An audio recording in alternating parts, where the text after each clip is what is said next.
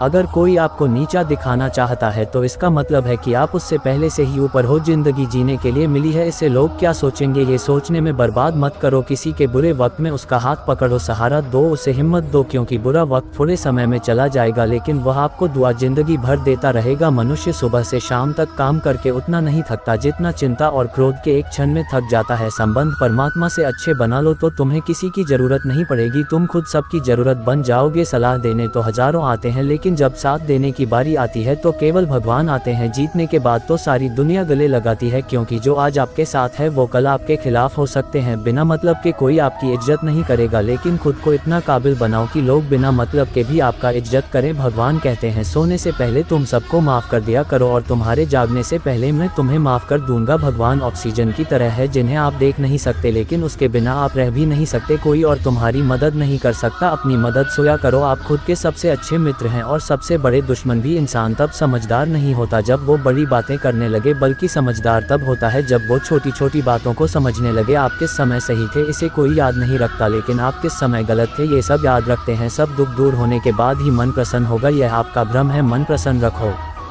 सब दुख दूर हो जाएंगे, ये हकीकत है किसी भी व्यक्ति की। कोई भी बात बेरी लगे तो दो तरह से सोचो, यदि व्यक्ति महत्वपूर्ण है तो भूल जाओ और बात महत्वपूर्ण है तो व्यक्ति को भूल जाओ। रिश्तों का संबंध सिर्फ रक्त से नहीं होता, जो मुसीबत में हाथ थाम ले उससे बड़ा कोई रिश्ता नहीं होता। भगवान कहते हैं तुम सब कुछ मुझे सौंप दो, सारा दर्द परेशानी, और बिल्कुल हल्के होकर मुझे याद करो। धीरे धीरे तुम्हारा जीवन बदल जाएगा। हर रोज रात को सोने से पहले भगवान को अपनी पूरी दिनचर्या बताकर सोए। अगर आपके द्वारा किसी का दिल दुखा है तो मनी मन उससे माफी मांगे। अगर आपका किसी ने दिल दुखाया है तो उसे माफ करके सारी चिंताएं भगवान को सौंप कर सो जाए। यकीन मानिए इससे आपकी जिंदगी खुशनुमा बन जाएगी। क्रोध बोला हुआ एक शब्द इतना जहरीला हो सकता है, क्या आपकी हजार प्यारी बातों को एक मिनट में नष्ट कर सकता है। सबको हंसाना लेकिन किसी पर भी हंसना मत, सबके दुख बांटना लेकिन किसी को दुखी मत करना, सबकी राह में दीप जलाना लेकिन किसी का दिल जलाना मत। यही जीवन की रीत है, जैसा बोओगे वैसा ही पाओगे। दुआएं और प्रार्थनाएं असंभव को भी संभव बना देती है। ईश्वर को न हमारे तन की जरूरत है न धन की, उसको तो बस पवित्र मन की जरूरत है। इसलिए वो हमें कुछ भी छोड़ने के लिए नहीं कहता, बस कहता है बच्चे मन से विकार छोड़ो, गंदे विचार छोड़ो, जो आने वाला है वो हमेशा गुजरे हुए कल से बेहतर होगा। यही एक सोच आपके जीवन में कभी निराशा नहीं होने देगी। झूठ कितना अजीब है, खुद बोलो तो अच्छा लगता है, दूसरे बोले तो गुस्सा आता है। खुशियाँ चाहे किसी के साथ भी बांट लो, पर गम हमेशा भरोसेमंद इंसान के साथ ही बांटना चाहिए। जीवन में समय चाहे जैसा हो, परिवार के साथ रहो तो सुख बढ़ जाता है, दुख हो तो बढ़ जाता है। सच्चा मित्र वही है जो उस समय में भी आपके साथ खड़ा हो जब सारी दुनिया आपके खिलाफ हो। आपके पास जितना भी है उसके लिए बार बार दिल से धन्यवाद के हर वक्त कहें। यकीन मानिए जितना भी है वो जल्दी कई गुना हो जाएगा। प्रार्थनाएं और ध्यान इंसान के लिए बहुत जरूरी है, क्योंकि प्रार्थना में भगवान आपकी बात सुनते हैं और ध्यान में आप भगवान की बात सुनते हैं। श्री कृष्ण से कितना कुछ छूटा, पहले माँ छूटी, फिर पिता छूटे, फिर जो नंद किशोर मिले वो भी छूटे, संग साथी छूटे, राधा भी छूट, गोकुल छूटा, फिर मथुरा छूटा। श्री कृष्ण से जीवन भर कुछ न कुछ छूटता ही रहा, नहीं छूटा तो वो था देवत्व, मुस्कान और सकारात्मकता। श्री कृष्ण दुखी नहीं, उत्सव के प्रतीक है। सब कुछ छूटने पर भी कैसे खुश रहा जा सकता, ये श्री कृष्ण से अच्छा कोई नहीं सिखा सकता।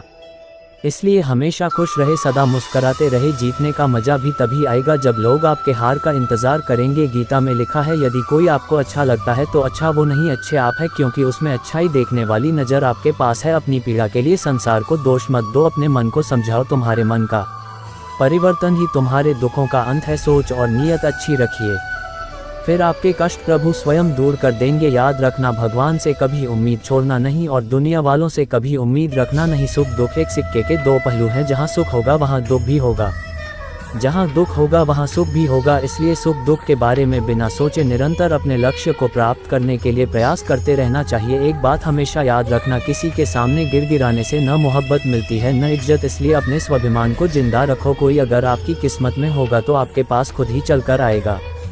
दूसरों को हराने का मौका मत दो, बस खुद को आगे ले जाने की जिद पालो, कभी हार ना मानने की आदत ही एक दिन जीतने की आदत बन जाती है। सिर्फ दो चीजें मनुष्य के भाग्य का निर्माण करती है, पहला स्वभाव, अगर आपके स्वभाव में अच्छाई, विनम्रता और गुण है तो आपका भाग्य चमकेगा। अगर आपका स्वभाव क्रोधी है, आलसी है तो आपका भाग्य बिगड़ना अनिवार्य है। इसलिए अपने स्वभाव को मधुर और आकर्षित बनाए। दूसरा, आपकी वाणी, बोलना तो आदमी 2.5 साल की उम्र में ही सीख जाता है।